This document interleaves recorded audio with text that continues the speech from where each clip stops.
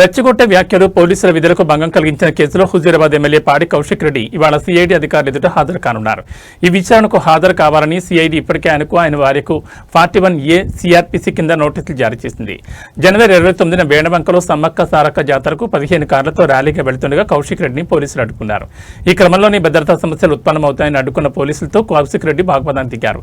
అనంతరం వారి విధులకు ఆటంకం కలిగించడమే కాకుండా వారిని దూషించారనే ఆరోపణలు వచ్చాయి.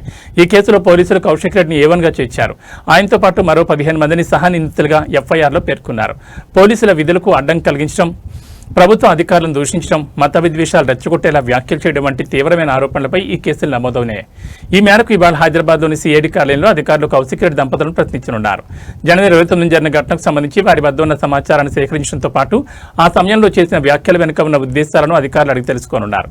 ఇందులో భాగంగా కొండాపూర్లోని తన నివాసం నుంచి సిఐడి కార్యాలయానికి వెళుతున్న సమయంలో ఆయన మాట్లాడుతూ కాంగ్రెస్ ప్రభుత్వం తనపై కక్ష సాధింపు చర్యలకు పాల్పడుతోందని మండిపడ్డారు. జాతరలో జరిగిన గొడవకు తన భార్యపై కేసు పెట్టాల్సిన అవసరం ఏముందని ప్రశ్నించారు. ప్రభుత్వం కావాలనే తన కుటుంబం కార్యకర్తలపై అక్రమ కేసులు పెడుతోందన్నారు. ఇద్దరం కూడా విచారణకు హాజరైతా ఉన్నాం. ఇది పూర్తి ఫాల్స్ కేస్. నేను ఖచ్చితంగా అక్కడికి పోయి వాళ్ళని కూడా తప్పకుండా పోలీసు వాళ్ళని కూడా తప్పకుండా నేను కూడా ప్రశ్నిస్తా. నేను కూడా అడిగిన జవాబులు వాళ్ళు కూడా చెప్పాలా. ఇది పూర్తిగా అక్రమ కేసు. దీనికి సిఐడికి దీనికి సంబంధం ఏమున్నది? ఒకటి, అసలు నా సతీమణికి నోటీస్ ఇవ్వాల్సినంత అవసరం ఏమున్నది? దీన్ని బట్టే ప్రజలందరూ కూడా అర్థం చేసుకోవచ్చు ఈ ప్రభుత్వం ఏ విధంగా నన్ను